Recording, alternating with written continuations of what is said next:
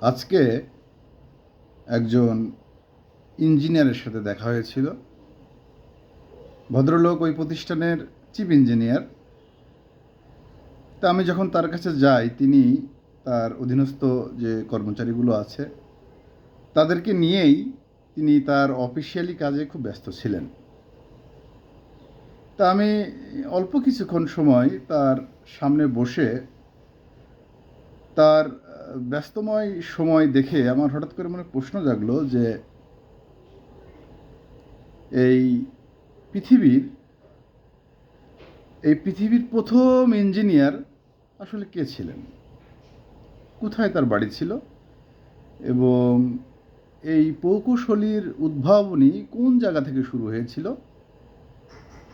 এটি জানার জন্য আমার ভিতরে বেশ কৌতূহল কাজ করে। আমি সন্ধ্যার পরে অনলাইনের বেশ কিছু সোর্সে ঘাটাঘাটি করি। আমি যেটা জানতে পারলাম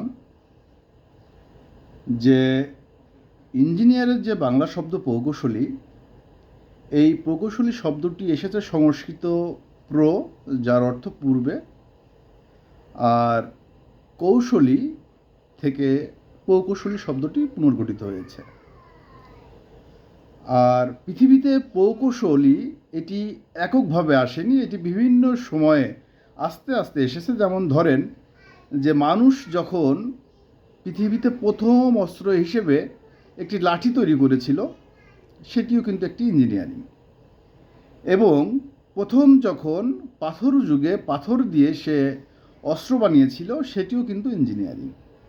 এবং লৌহ যুগে এসে যে সকল কামাররা বিভিন্ন অস্ত্রপাতি তৈরি করে, সেগুলোও কিন্তু ইঞ্জিনিয়ারিং। কিন্তু রাষ্ট্রীয়ভাবে, ঐতিহাসিকভাবে একজনকে পৃথিবীর প্রথম ইঞ্জিনিয়ার ধরা হয়। তিনি একই সাথে ছিলেন পুরোহিত,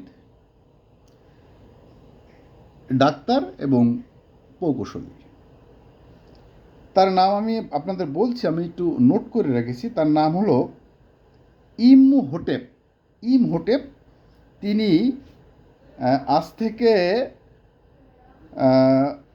প্রায় 4,500 তার কিছু বেশি হবে, 4,500 বা তার কিছু বছর আগে তিনি মিশরে যে ফারাওরা ছিলেন, সেই ফারাওদের তিনি একজন ইঞ্জিনিয়ার ছিলেন। এবং তিনি হচ্ছে জোসারের পিরামিড, ফারাও জোসারের পিরামিডের প্রধান প্রকৌশলী ছিলেন। এবং